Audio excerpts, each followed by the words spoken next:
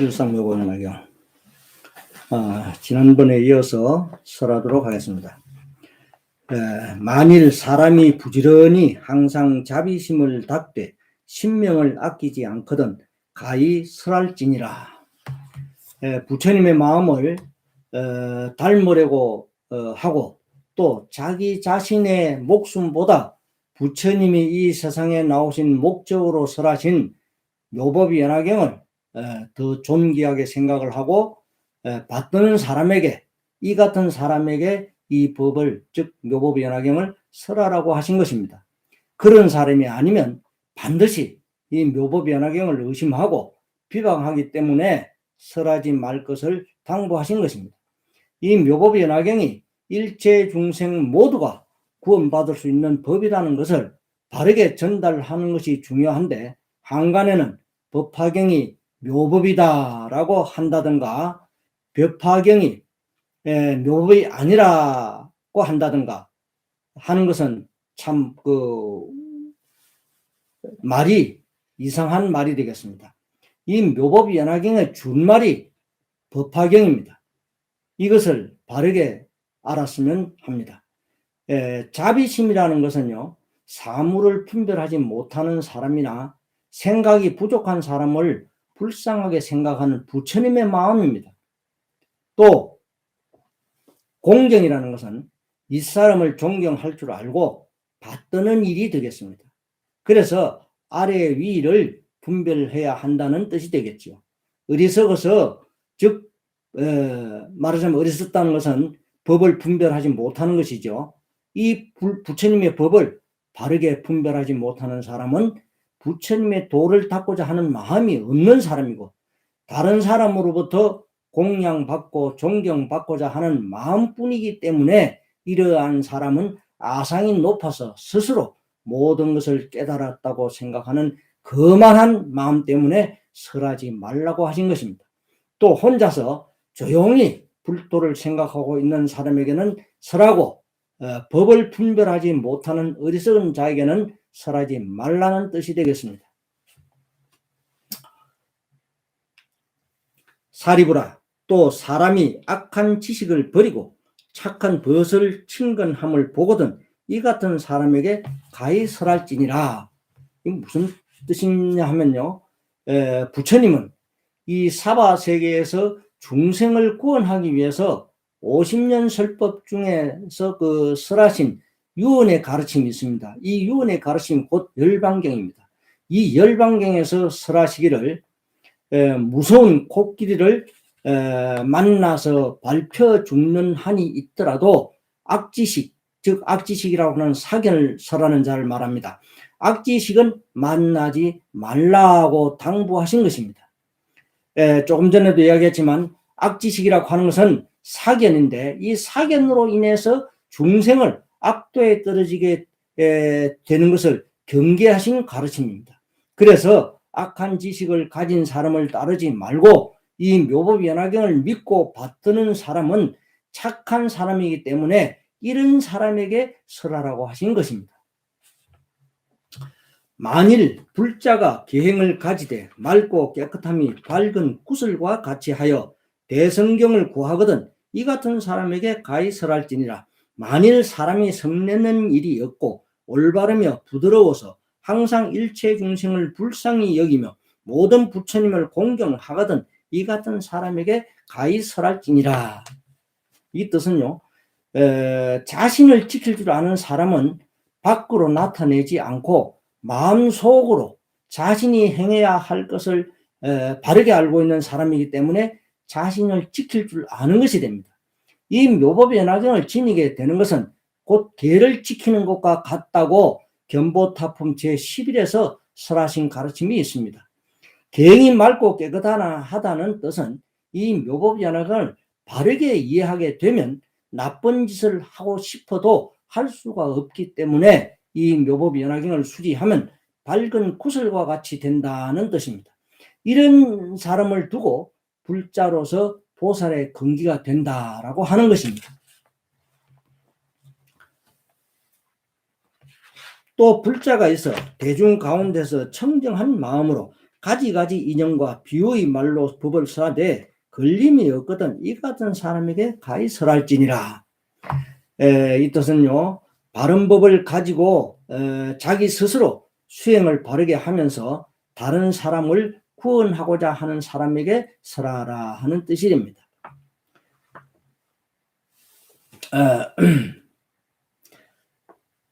만일 비구가 있어 일체지를 위해 사방으로 법을 구하여 합장하고 받들어 가지면 다만 대성경전을 받아 갖기를 즐거이 하고 다른 경전의 한 개송이라도 받지 아니하거든 이 같은 사람에게 가히 설할지니라. 자, 부처님의 가르침을 바르게 알고 청정한 마음으로 중생을 바르게 인도하고자 하는 것에 걸림이 없고 또는 대성경전인 묘법의 연화경을 받아 가지는 것을 즐겁게 생각하는 사람에게 이 법을 설하라고 하신 것입니다. 몇 년 전만 해도요, 이 묘법의 연화경을 수지하는 것을 보고 사람들은 사비 종교라고 하거나 또는 뭐 귀신을 집으로 끌어들이는 종교다라고 성녀들이 노골적으로 하는 말을 저는 많이 들어왔습니다. 이 묘법의 연화경의 수행은 5가지 수행법이 있는데요. 이것을 오종수행이라고 합니다. 다시 말하면 오종수행은 수지, 독 읽고 송 외우고 해설하고 또 서사하는 요 5가지를 오종수행이라고 합니다. 여기서 수지하는 것이 가장 중요한 것입니다. 수지라는 뜻은 일체 중생을 구원하고자 하는 부처님의 대자비심으로 설하신 일대사 인연법인 이 묘법의 연화경을 제목을 받아서 이 제목을 입으로 부르는 행을 수지라고 하는데요. 이 제목을 부르라고 하신 문자는 법화경에서 한 글자도 없다고 하는 사람이 있다는 것은 참으로 안타까운 일입니다. 오종수행 중에서 제목이 수지가 되는데 이것은 이 경의 주인이 되는 것이고요. 읽고 외우고 해설하고 쓴다는 이 4가지는 제목을 부르는 것을 돕기 위한 조행이다라는 것입니다. 이것을 바르게 알아야 비로소 부처님의 바른 자식이 되는 것입니다. 다른 경전에 한 개송도 받지 마라. 아니하거든 이런 사람에게 설해라. 이 무슨 말씀이냐 하면 부처님께서는 50년 동안 법을 설하셨지만 42년 동안에 설하신 것은 이 묘법의 연화경을 위해서 설하신 임시 방편이기 때문에 이 경을 듣고자 하면 일체의 모든 임시 방편의 경을 받지 않는 사람에게 설하라고 하신 것입니다. 그리고요, 대보살이라고 하는 것을 우리가 바르게 이해해야 됩니다. 이 대보살이라고 하는 것은 묘법연화경을 가르침을 받아 가지기를 좋아하는 사람을 두고 대보살이라고 한 것입니다. 언제부턴가 제가 보니까 어느 절이고 간에 시주를 많이 하거나 절에 오래 다닌 사람을 대보살이라고들 하는 것을 들었습니다. 돈 없는 사람 입장에서 보면 소외감을 느끼는 것도 현실이 아닌가 생각이 됩니다. 대보살은 부처님의 지혜를 구하고자 하는 분들이기 때문에 대보살이다라고 하는 것입니다. 만약에 이 묘법의 연화경을 받아 가졌더라도 환희심만 가지고 깊은 마음으로 믿지 않는 사람은 근성으로 믿는 사람이 됩니다. 이런 사람은 묘법의 연화경을 믿는 마음이 견고하지 못한 사람으로서 법을 믿는 사람이라고 하지 않습니다. 부처님께서 설하신 42년 동안의 가르침인 임시방편의 가르침을 구하고자 하는 마음이 없거나 임시방편에 머물러 있더라도 임시로 설한 방편의 가르침에서 벗어나고자 하는 사람에게 이 법을 설하라고 하시고 반드시 이 법을 듣고 기뻐하고 깊은 신심으로 실천 수행하고자 하는 사람이 되려고 하시는 것입니다. 그것을 우리는 바르게 이해해야 하겠습니다.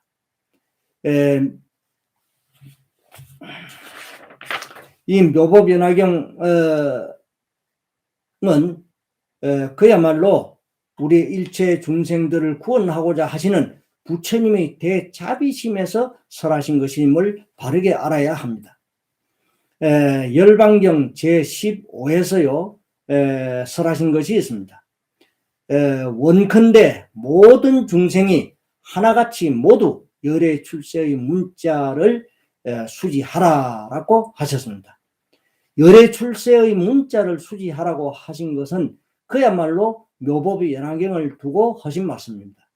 묘법 연화경에서 이미 여러분들에게 설한 바가 있습니다만은 이 문자가 없으면 우리가 성불하는 것도 있을 수가 없습니다. 할 수가 없습니다.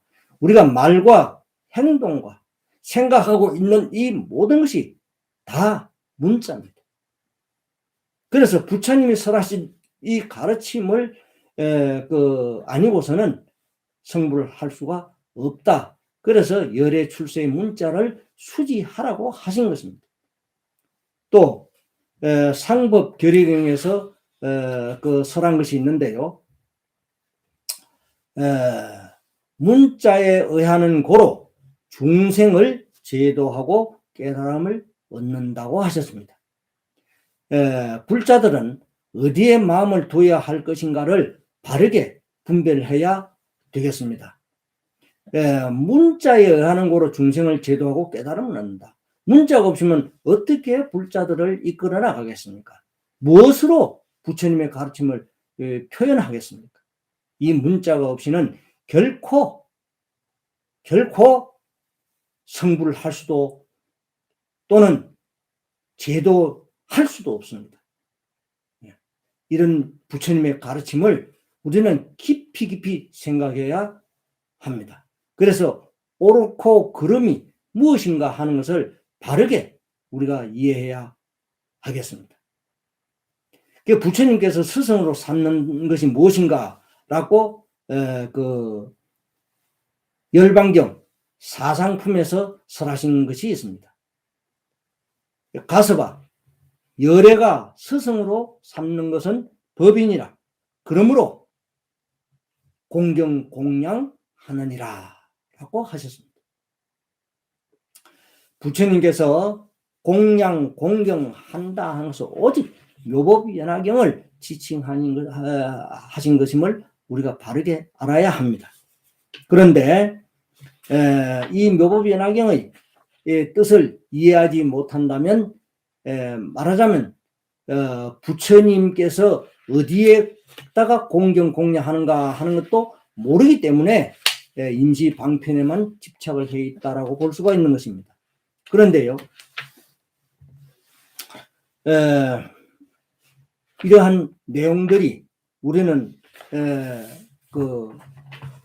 타경에서도 이렇게 말씀하신 부분들은 정말 깊이 생각해야 할 것입니다. 자, 그 다음에 만일 사람이 지성으로 불사리를 구하고 대성경을 구하여 얻어받들어 가지고 그 사람이 다시 다른 경을 구할 뜻이 없으며 또는 일찍이 외도의 서적을 생각하지 않거든 이 같은 사람에게 가히 설할지니라. 그러니까 여러분들께서 지금 그 묘법 연화경을 수행을 하고 계시는 분들은 이 묘법 연화경이 곧 부처님의 사리가 된다는 것은 앞으로 공부를 하게 되면 아시게 됩니다. 불사리를 구하고 대성을 구하여 얻어받들어 가지고 그 사람이 다시 다른 경을 구할 뜻이 없으며 또 일찍이 외도의 서적을 생각하지 않거든 이 같은 사람에게 설하라. 이 다른 경을 구할 뜻이 없고 다른 경이라는 것은 임시 방편의 가르침을 말씀하시는 것입니다. 즉 화엄경, 아함경, 방등 12부경 그리고 대반야경 이 법화경에 들어오게 되면 지금까지 이런 임시 방편의 가르침을 수행한 것이 이 묘법연화경을 수행하게 되면 그것을 버리는 것이 아니라 전부 다 내가 흡수하게 되는 겁니다. 가지게 되는 겁니다. 그것을 바르게 이해해야 되는 겁니다. 그래서 그렇기 때문에 다른 경의 뜻은 내가 가지되 마음으로 새기되 이 묘법연화경에 진실하게 들어야 한다는 뜻입니다. 그 외도의 서적, 설사 부처님의 그 제자로서 좋은 책을 만들었다 하더라도 그것은 우리가 믿음을 가져서는 안 된다. 믿음을 가져서는 안 되고 그냥 참고로 삼아야 할 뿐이지 그것을 믿음으로 생각해서는 안 된다. 그렇기 때문에 그렇게 하지 않거든 다른 서적이나 또 임시 방편의 경을 생각하지 않거든 이 같은 사람에게 가히 설하라 라고 하신 거죠. 다음 그리고 이제 사리불에게 다시 이르노니 내가 이와 같은 모양으로 불도를 구하는 자를 설하되 궁급을 두고 해도 다하지 못하리라. 이 같은 사람은 곧 능히 믿고 알지니 너는 마땅히 묘보 연화경을 설하라라고 하셨습니다. 이러고 이제 묘보 연화경 그 비유품을 마치게 되는데요. 부처님께서 사리불에게 말씀하시기를 불도를 구하는 자에게 설하되 불도를 구하는 자에게 이 법을 설하되 궁급을 두고 하여도 다하지 못한다고 그러셨습니다. 말하자면 이 묘법연화경을 바르게 받아서 믿고 행한 자에게 이 묘법연화경을 설하라. 바르게 믿는 사람, 즉 수지, 독송, 해설, 서사를 바르게 알고 이해하는 사람에게 설하라. 가장 중요한 것이 수지입니다. 수지, 받을 수, 가진다, 가질지. 이 받아서 가지는 것은 누차 이야기를 설명을 드렸습니다만은 받아서, 즉 묘법연화경을 받아서 입으로 부르는 행, 이것이 가질지입니다. 이 행입니다. 이것을 입으로 불러야만이 진실한 이제 그 묘법연화경을 제대로 수행하는 것이라고 할 수 있는 것입니다. 그 다음에 독송, 해설, 서사하는 것은 즉 읽고 외우고 해설하고 쓰는 것은 조행이 되겠죠. 주행은 제목을 부르는 것이 주행이 되고 나머지 네 가지는 조행이 되는 것입니다. 즉 제목을 부르는 거기에 더 힘이 생기게끔 조행을 받들어서 조행하는 것이 되는 것입니다. 그래서 이런 행을 하는 사람에게 설하라라고 하셨습니다. 열반경 그 사이품에 보면 구사라경에서 부처님이 구사라에게 설하신 내용이 있는데요. 한번 읽어보겠습니다. 부처님께서 구사라에게 일러 말씀하시되 하늘 사람이나 마군이나 범천들이 바른 법을 파괴하려고 부처님의 모양으로 변화하면 32상과 80종호를 두루 갖추었고 둥근 광명이 한 길이며 얼굴은 보름달과 같이 원만하고 양미간의 백호상은 옥보다 또는 눈보다 더 희며 이렇게 장엄하게 하여 너에게 다가올 것이니 너는 잘 살펴서 참 모습인지 거짓인지를 분별해야 하며 이를 이미 알고는 항복을 받으라 하셨나이다. 세존이시여 마군들이 부처님의 형상으로 변화하는데 하물며 아라한들이 네 가지 몸으로 변화하지 못하오리까. 허공에서 눕고 앉으며 왼쪽으로 물을 뿜고 오른쪽으로는 불을 뿜으며 몸에서 불꽃과 연기 내기를 불더미같이 하리니 이런 인연으로 그 속에서 신심을 두루낼 수 없사오며 혹 말을 하더라도 그대로 받을 수가 없으며 공경하는 마음으로 의지할 수 없나이다. 성문들은 천안이 있다 하더라도 유관이라 말하고 이 대성을 배우는 자는 유관이 있더라도 불안이라 말하느니라. 어찌해서 그런가 하면 이 대성경전은 불성이라 하나니 불성이 가장 높고 훌륭하기 때문이니라. 라고 이렇게 이제 구사라가 부처님 전에 말씀을 드리는 것을 부처님께서